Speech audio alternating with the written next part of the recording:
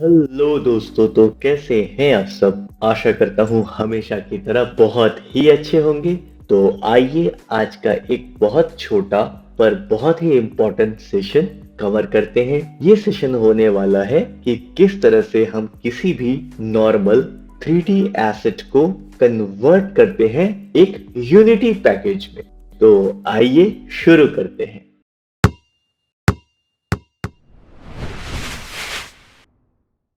तो दोस्तों, जैसा कि आप मेरे स्क्रीन पर देख सकते हैं कि मेरे पास यहाँ पर एक ब्रोकन या डैमेज्ड कार का 3D फाइल जो कि माया में ओपन है।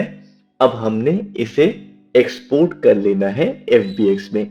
FBX में हम किसी भी 3D फाइल को एक्सपोर्ट कैसे करते हैं, ये आप ऑलरेडी आई बटन पर दिए हुए लिंक के थ्रू देख सकते हैं। तो आइए हम चलते हैं अपने यूनिटी में अपने इस फाइल के साथ। तो दोस्तों, मैंने जहां अपने FBX को रखा था, मैंने वहां से अपने FBX को ड्रैग एंड ड्रॉप कर लिया है अपने यूनिटी के प्रोजेक्ट फाइल में। नाउ अब हमने करना क्या है कि हमारे पास यहाँ पर मॉडल की जो भी इंफॉर्मेशन है वो इंस्पेक्टर में शो हो रही है। अब हमने अपने ऑब्जेक्ट को यहाँ से सिलेक्ट कर लेना है और यहाँ पर इंस्पेक्टर में इस मटेरियल के स्लॉट में आकर एक्सट्रैक्ट मटेरियल कर लेना है एक मटेरियल नाम का फोल्डर बनाकर। तो हमने इसे सिलेक्ट फोल्डर कर लिया और इस कार से रिलेटेड जो भी मटेरियल्स हैं आप यहाँ देख सकते हैं, वो मटेरियल ऑलरेडी यहाँ आ चुके हैं।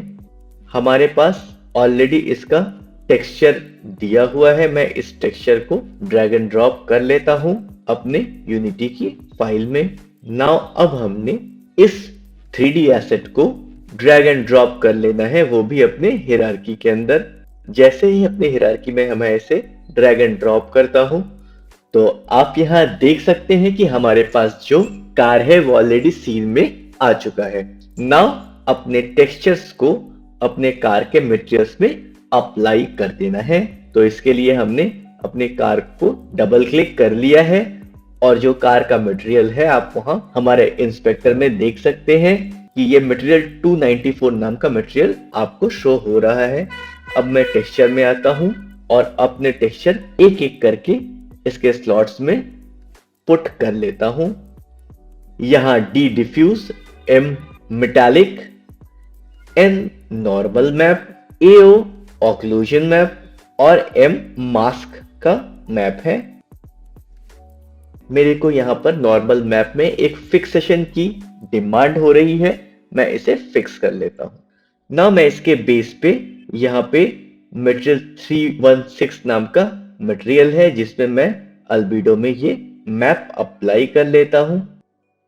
आई एम सॉरी, मुझे इसे ऑक्लूजन में अप्लाई करना है और मैंने पैरेलली सेम मैप को अपने अल्बीडो मेटालिक डिटेल मास्क में भी अप्लाई कर लिया है। तो आप यहाँ देख सकते हैं कि ये एक ऑक्लूजन मैप है बेसिकली, जहां पर आपके पास जो शैडो है वो विदाउट लाइट बेक के बाद आउटपुट है, वो बेसिकली आपको हमारे व्यू पोर्ट में शो हो रहा है।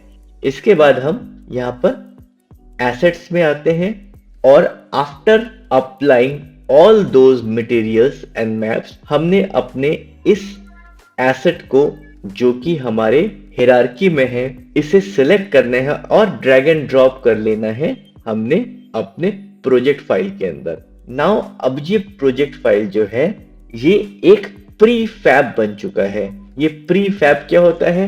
Prefab 3D asset, materials, textures और अगर इसमें कोई एनिमेशन है या और कोई एक्सटर्नल डेटा है, कोई कैश फाइल है, उन सबका एक कॉम्पोजिशन होता है। तो अभी हमने इसे प्रीफैब में कन्वर्ट कर लिया है और हम इसे एक्सपोर्ट पैकेज पर राइट क्लिक करके क्लिक कर लेंगे और नाउ अब आप यहां देख सकते हैं कि यहां पर आपके मटेरियल्स, इसका 3D FBX और साथ ही साथ इसका जो भी प्रीफैब है वो शो हो रहा है। अब हमने इसे एक्सपोर्ट कर लेना है।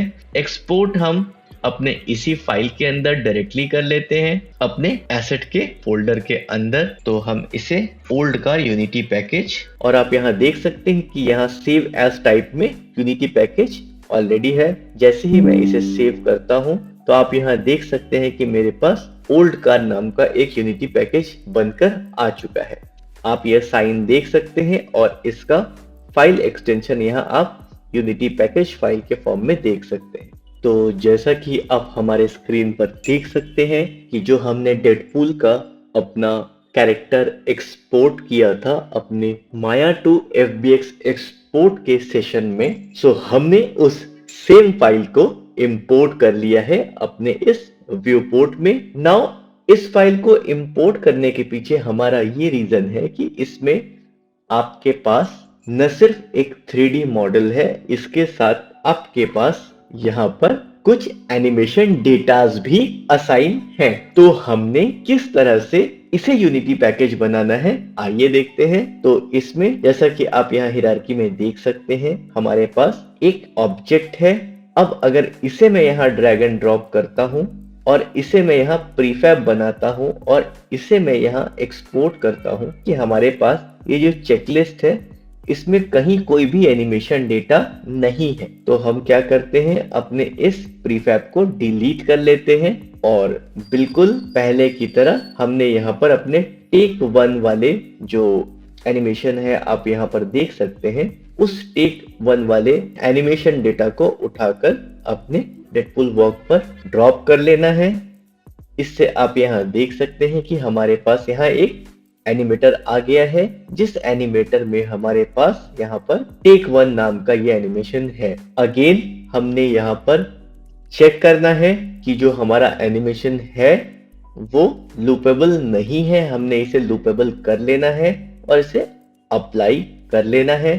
इससे जो हमारा एनिमेशन डेटा है वो लूपेबल हो जाएगा। अब आप यहाँ देख सकते हैं कि हमारे पास एनिमेटर भी है, हमारे पास हमारा कैरेक्टर भी है, और अब हम जब इसे प्ले करते हैं तो आप यहाँ सीन में देख सकते हैं कि जो हमारा कैरेक्टर है उसमें एनिमेशन अप्लाइड है।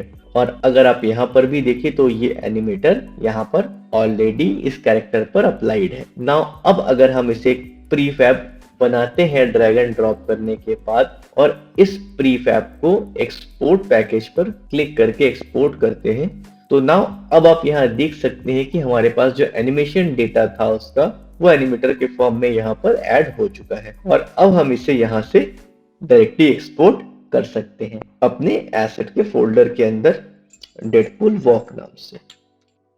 और जैसे ही हम इसे एक्सपोर्ट करते हैं तो आप यहाँ देख सकते हैं कि हमारे पास डेडपूल वॉक नाम का एक यूनिटी पैकेज आ गया है। तो आशा करता हूँ आपको आज का ये काफी easy method of exporting unity package from 3D asset अच्छा लगा होगा।